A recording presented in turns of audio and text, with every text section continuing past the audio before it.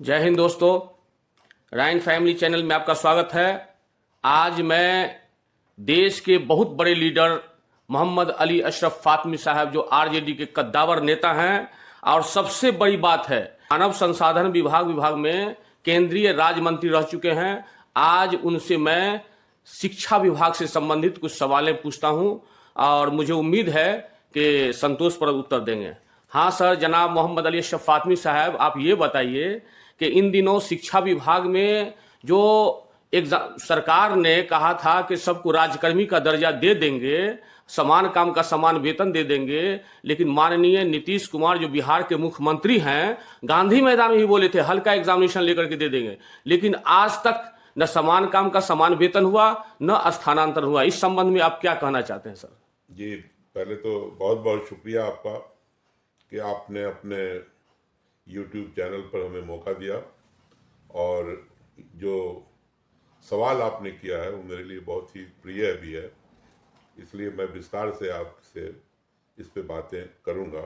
मैं सीधा ये कहना चाहता हूं कि अगर इस मुल्क को आगे बढ़ना है, इस देश को आगे बढ़ना है, इस मुल्क को अमेरिका से आगे ले जाना है, चीन से आगे ले जाना है, तो सबसे पहली चीज़ है जो बुनियादी एजुकेशन है, जो प्राइमरी एजुकेशन है, जो हमारा सेकेंडरी एजुकेशन है, इस पर सरकार को निगाह डालना होगा। बगैर उसके हम विश्व गुरु नहीं बन सकते हैं। वही मुल्क तरक्की करता है जिस मुल्क में उस्तादों की, टीचर की, शिक्षक की इज्जत होती है।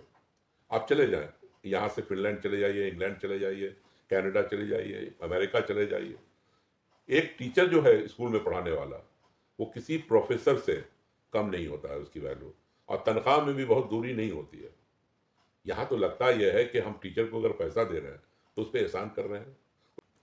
आपने आपने प्राइमरी और सेकेंडरी लेवल के टीचर्स की बात की, जितना मेरे समझ में आया बिल्कुल सही है। बड़े अफसोस की बात है कि आज़ादी के इतने दिनों के बाद भी आज तक ये तय नहीं हो पाया कि हम किस तरह के शिक्षक को रखेंगे पढ़ाने के लिए, और उनकी सैलरी कितनी होगी, उनकी सुविधाएं क्या क्या होंगी।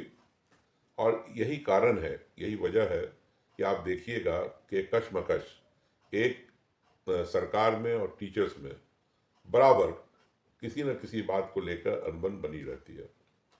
मैं सीधा ये कहना चाहता हूँ कि अगर इस मुल्क को आगे बढ़ना है, इस देश को आगे बढ़ना है, इस मुल्क को अमेरिका से आगे ले जाना है, चीन से आगे ले जाना है, तो सबसे पहली चीज़ है जो बुनियादी एजुकेशन है, जो प्राइमरी एजुकेशन है, जो हमारा सेकेंडरी एजुकेशन है, इस पर सरकार को निगाह डालना होगा।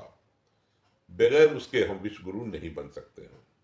और बोलने को हम कुछ भी बोलें, लेकिन सच्चाई यह है कि आज भी मुल्क के अंदर जो स्तर है तालीम का, शिक्षा का, वो बहुत नीचे है। अगर आप इसको मुकाबला करेंगे किसी भी कंट्री से, जो विकसित कंट्री है या जो भी आगे वाले कंट्री हैं, तो उसमें हम लोग कहीं भी हम लोग नज़र नहीं आते हैं। तो इसको ठीक करने की ज़रूरत है, और जब तक कि हमारी नीचे की तालीम ठीक नहीं होगी, आप बड़े बड़े यूनिवर्सिटी बना लीजिए, बड़े आईटी बना लीजिए, बड़े बड़े एम्स बना लीजिए, उसके अंदर बच्चों को पढ़ाइए, उससे कुछ होने वाला नहीं है। आज बड़े अफसोस की बात है कि हमारी यूनिवर्सिटियाँ, जो आज चीन के अंदर यूनिवर्सिटी है, जापान के अंदर सिंगापुर है, या छोटे छोटे साउथ कोरिया है, उसके मुकाबले में हमारी यूनिवर्सिटियाँ कहीं स्टैंड नहीं करती हैं, बहुत सारी यूनिवर्सिटियाँ।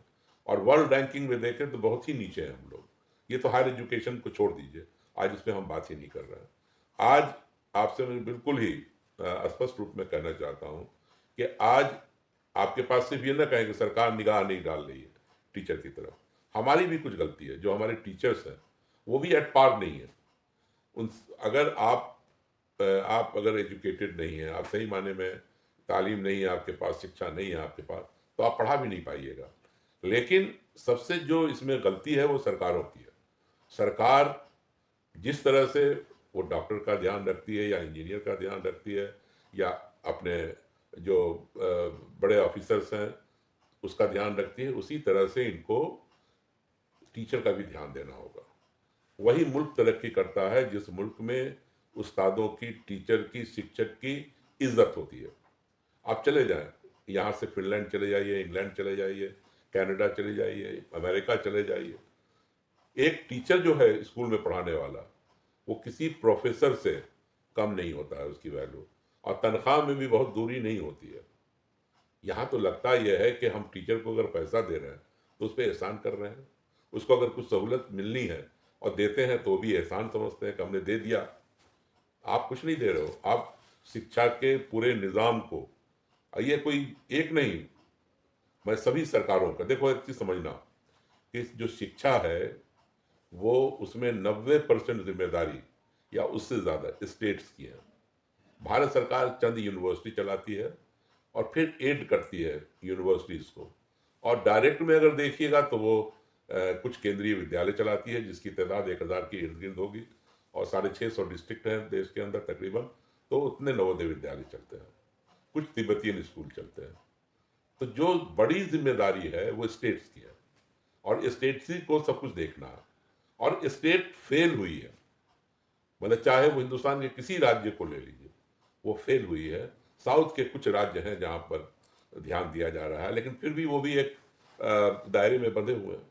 जिस दिन हम लोग टीचर्स की सैलरी अच्छी हो इसको तय कर लेंगे, जिस दिन हम लोग उनकी सहूलतों का ध्यान रखेंगे, जिस दिन हम लोग उनके रुतबे को बढ़ाएंगे, जिस दिन हम एक क्वालिटी टीचर अपॉइंट करेंगे, जिस दिन टीचर अपना जो काम मिला है उसके लिए वो ईमानदार रहेगा, और ये सब तब मुमकिन है जब हम एक टीचर को एक अच्छा अच्छे अच्छे किस्म के ऑफर दे सके। आज यहाँ से कुशेश्वर स्थान जहाँ बैठे हुए हैं, कितना किलोमीटर आपको मालूम है? अब एक लड़की का प्लेसमेंट वहाँ है, वो कैसे जाएगी और कैसे आएगी? उसको अपने शौहर के साथ भी रहना है।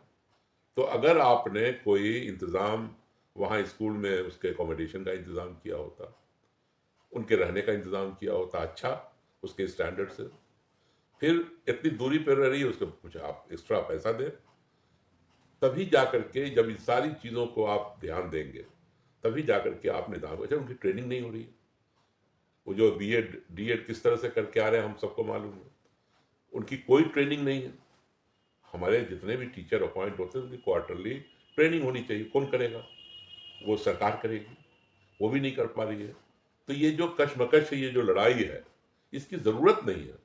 इस मुल्क को अगर आगे बढ़ना है तो सबसे पहले बेसिक एजुकेशन को सरकार को देखना होगा, और उसके अंदर अच्छे टीचर रखिए, उसको अच्छी सहूलतें दीजिए, उसको अच्छी तनख्वाह दीजिए, उसको सड़क पे नहीं आना पड़े, उसकी जो सहूलतें हैं उसको स्कूल में मिल जाए बैठे हुए, या जिस दिन कॉन्ट्रैक्ट साइन करे उस दिन उसको वो सारी सहूलतें दे दीजिए। अभी ट्रांसफर पोस्टिंग के लिए लोग पैसे खर्च करते हैं, लोग यहाँ से पटना जा रहे हैं, आ रहे हैं, यहाँ पे जो पदाधिकारी हैं डिस्ट्रिक्ट लेवल पे वो दौड़ा रहे हैं। मतलब एक टीचर क्या करेगा बताइए आप? और अगर उसको एक गाइडलाइन मिल जाए कि भाई आपको एक पर्टिकुलर स्कूल के लिए अपॉइंट किया गया है और आपको इसके 3-4 किलोमीटर के अंदर ट्रांसफर पोस्टिंग हो सकती है, तो वो उस लिहाज से अपने तैयारी रखेगा। अभी कुछ नहीं मालूम, अभी रोहतास में उठा करके उसको पूर्णिया भेज दीजिए, पूर्णिया वाले को बेतिया भेज दीजिए। इस तरह से काम नहीं चलेगा, इसको एक निज़ाम बनाना होगा पुख्ता और अच्छा, और टीचर को तो सहूलत देनी ही चाहिए। बगैर टीचर के इस मुल्क का फ्यूचर ठीक नहीं है, और जिस तरह से अभी शिक्षा हो रही है, जिस लेवल पे हो रही है, वो कम से कम आपको बहुत जल्दी विश्व गुरु नहीं बनने देगा। अगर आप चाहते हैं कि मुल्क आगे बढ़े, देश आगे बढ़े, अच्छी शिक्षा हो, अच्छी तालीम हो और दुनिया हमारे यहाँ आके पढ़े, तो हमें अपने टीचर को शिक्षित करके उनको अच्छी नॉलेज वाले को रख करके उनको पूरी सहूलत जो आज के लिए, मतलब आज की महंगाई को देखते हुए, आज के जो सैलरी जो हम देते हैं डॉक्टर इंजीनियर को या दूसरे पदाधिकारियों को, उसके करीब लाना चाहिए। ये छोटे मोटे हमने 5000 बढ़ा दिया, एहसान किया आपने? कोई भी सरकार हो, हमने 10,000 बढ़ा दिया, क्यों भाई?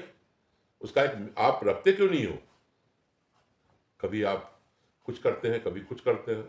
तो एक सरकार को सोचना पड़ेगा इसके बारे में, नहीं तो ये व्यवस्था ठीक होने वाली नहीं है, और ये व्यवस्था इसी तरह से चलती रहेगी। कोई आएगा दान दान समझ के देते हैं टीचर को, पूरे हिंदुस्तान में यही हाल है। आप मालूम कर लीजिए, मैं गलत बात नहीं करता हूँ, चले जाइए यूपी, चले जाइए राजस्थान, चले जाइए मध्य प्रदेश, चले जाइए हरियाणा, चले जाइए, सब जगह एक जैसी हालत है। तो मैं ये कह रहा हूँ कि सहूलतें मिलनी चाहिए और सरकार उस पर ध्यान दे।